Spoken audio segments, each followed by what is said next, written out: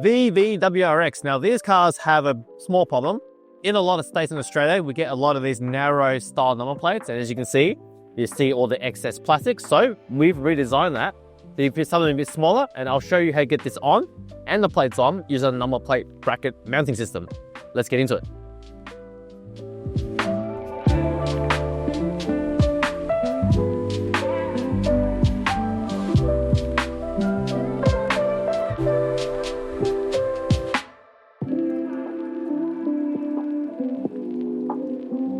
So installation is quite simple. First thing you're going to do is just take out the number plates, which are held on by 2 screws. There's 2 bolts which will drop out the factory box, and it can be replaced with our one, which is the correct size, so you can put smaller number plates on.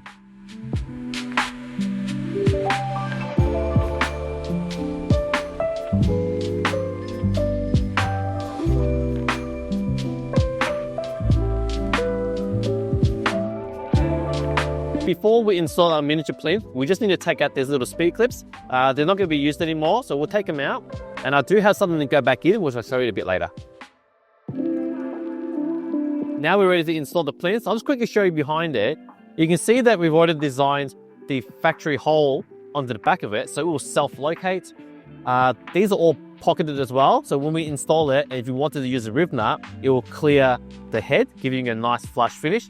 All you got to do is line up the shape with the car, push it in, get a marker, maybe a Sharpie or something, and just mark out the center point of the hole, which we'll use to mount the bolts to hold the plinth in place. Now that I've marked it out, I'll just do a little pilot hole using a very small drill bit. I'm using a 2.5mm, and then we can install a plinth with the supplied screw that's in the back.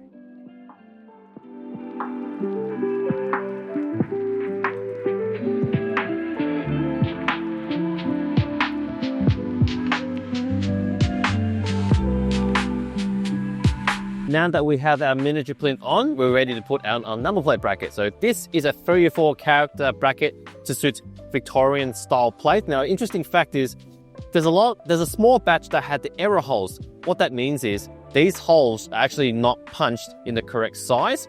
They don't line up with the holes on the Japanese cars, which are what they're intended for. So we've updated our bracket where the top holes are the correct. If you flip it around, this matches the current batch, which has the error hole. So I'll install this sort of upside down. So these holes will line up with the current holes on the plates, which are wrong, but that's okay. We've got a product to fix that.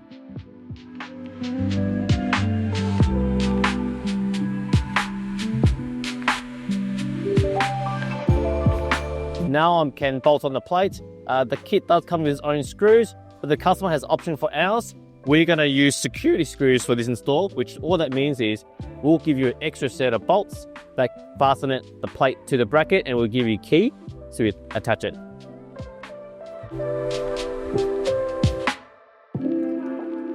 Now remember these holes I was talking about earlier? So we're going to give you a little plug and a screw to fill up that hole, so you're not left with like just a blank hole doing nothing. In the shop today, I do have some white ones that I've just painted for the customer. You can do the same. So all you gotta do is push this in and tighten the screw to cover it up.